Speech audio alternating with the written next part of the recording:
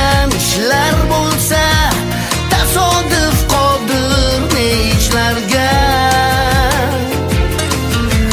Mana bugun ham uzoq o'tmishdan bir hodisa ro'y berdi birdan. Ulkan temir qush falakdan davom etardi parvozda. Men ko'zlar bilan qarasam, sen axir sen o'sha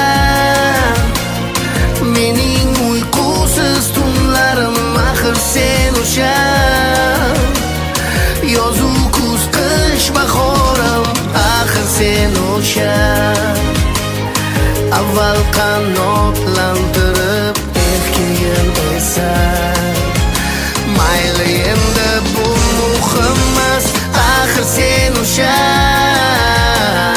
yoningda jajji qizcha, xuddi o'zingga o'xsharkan yoshligingga, jilmayar menga senikiday ovozi bu mo'jiza, bu mening baxtli parvozim.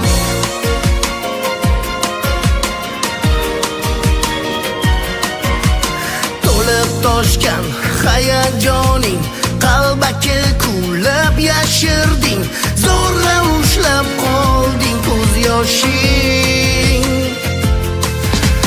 Nima sezdi vujuding, yo qiynaldi vijdoning, olib qochma mendan nigohing.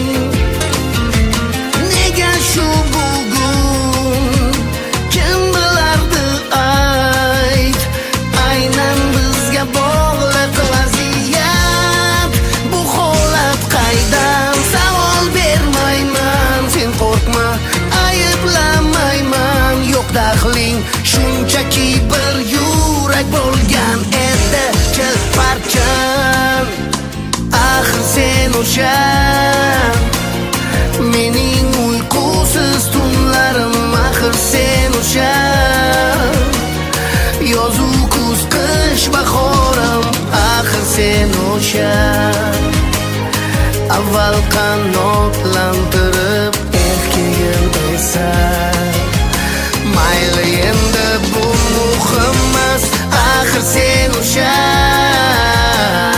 yoningda jajji qizcha, xuddi o'zingga o'xsharkan yoshligingga, jilmayar menga senikiday ovozi bu mo'jiza, bu mening baxtli parvozim.